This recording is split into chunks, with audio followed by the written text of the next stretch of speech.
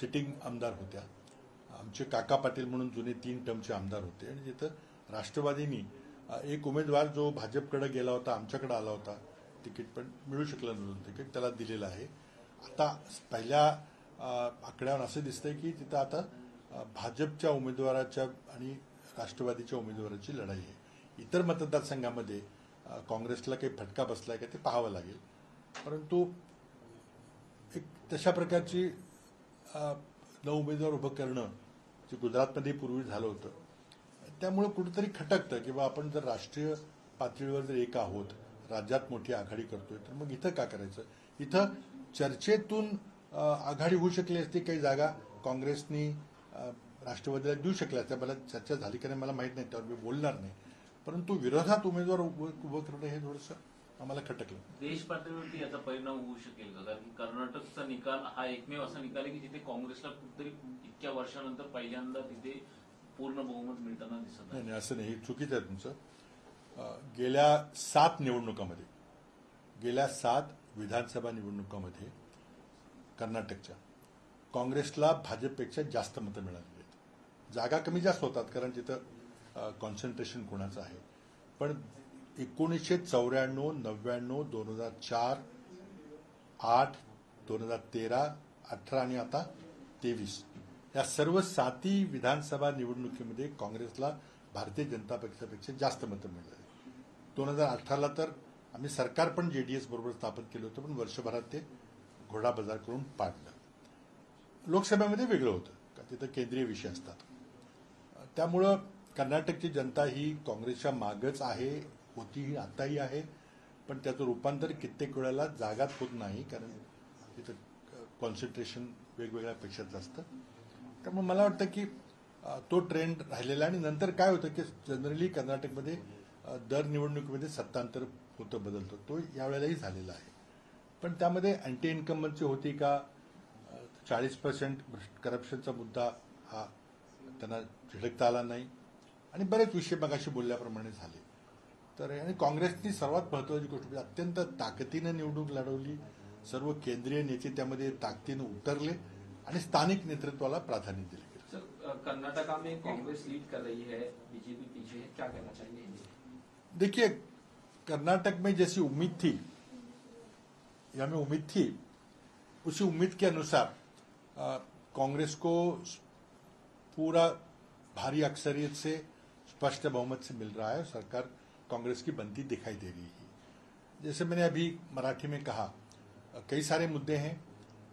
एक तो वहां पे जिस तरह से सरकार 2018 में कांग्रेस और जेडीएस की सरकार बनी थी, उसको 1 साल में गिराया गया. घोड़ा बाजार करके, ऑपरेशन कमला करके सरकार गिराई और भाजपा की सरकार लाई गई. और उसमें जो भी आर्थिक व्यवहार हुए उसकी वसूली के लिए पिछले 4 साल भारतीय जनता पार्टी काम कर रही थी. और 40% कमीशन वाली लेने वाली करप्ट सरकार के रूप में कांग्रेस ने जनता के सामने भाजपा को पेश किया, उसे जनता ने स्वीकार किया है.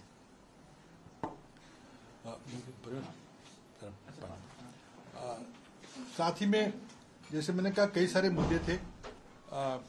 स्थानिक विषयों पे हमने जोर दिया था. बेरोजगारी, महंगाई का विषय था. धार्मिक मुद्दे नहीं चले. और एक ऐसा लगता है कि जेडीएस जैसी तीसरी पार्टी थी, उसकी अहमियत कम हो रही है. और कहीं ना कहीं ऐसा लगता है कि शायद हम द्विपक्षीय ध्रुवीकरण की तरफ, बाइपोलर पॉलिटिक्स की तरफ जा रहे हैं, जो अक्सर राज्यों के चुनाव में नहीं होता, देश में होता है.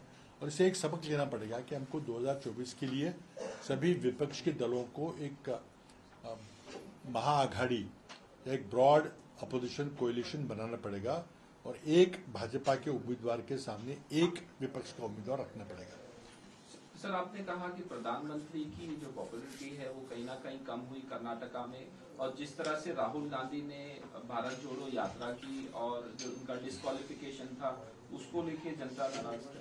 2 चीजें थी कि जिस तरह से कर्नाटक में कई सारे नैसर्गिक संकट आए, नेचुरल कैलामिटी आई. वहां पे बेंगलोर में बहुत भारी बाढ़ आई थी. सारा कमर्शियल नुकसान हुआ, लोगों की जानें गई. वहां पे एक लैंडस्लाइड हुआ था. कर्नाटक में भारी सूखा पड़ा था. इन सारी नैसर्गिक आपत्तियों के दौरान कोई भी केंद्रीय नेता, भाजपा का केंद्रीय नेता वहां पहुंचा नहीं था, प्रधानमंत्री नहीं पहुंचे थे। वो और जगह तो जाते दिखते, लेकिन कर्नाटक में नहीं आए थे, लोगों में गुस्सा था। और अब आप जैसे चुनाव घोषित हुए, अब आके अब केंद्रीय परियोजनाएं उनका उद्घाटन कर रहे हो, बड़े बड़े प्रोग्राम ले रहे हो, इवेंट्स कर रहे हो, रोड शो कर रहे हो, लोगों को अच्छा नहीं लगा कि ये इस तरह से कर रहे। तो एक तरह से हम कह सकते हैं कि मोदी जी का करिश्मा, उनका प्रभाव शायद कम हो रहा है, लेकिन ये उत्तर दक्षिण की भी इसमें बात है, लेकिन कर्नाटक में तो पक्का देखा गया।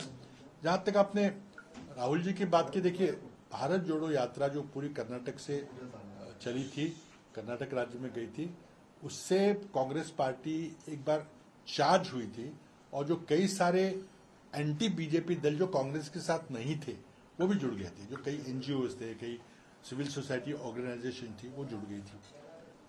और जिस तरह से कर्नाटक के कोलार में 2019 में राहुल गांधी ने दिए गए भाषण के कारण उन्हें जो सजा मिली, उन्हें जो संसद से निलंबित किया गया, उसका भी एक गुस्सा कर्नाटक की जनता में था।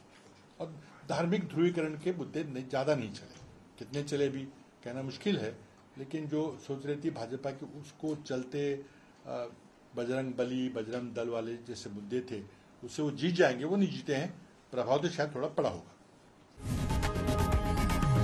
लोकशाही मराठी ऐका, पहा, जागरूक रहा।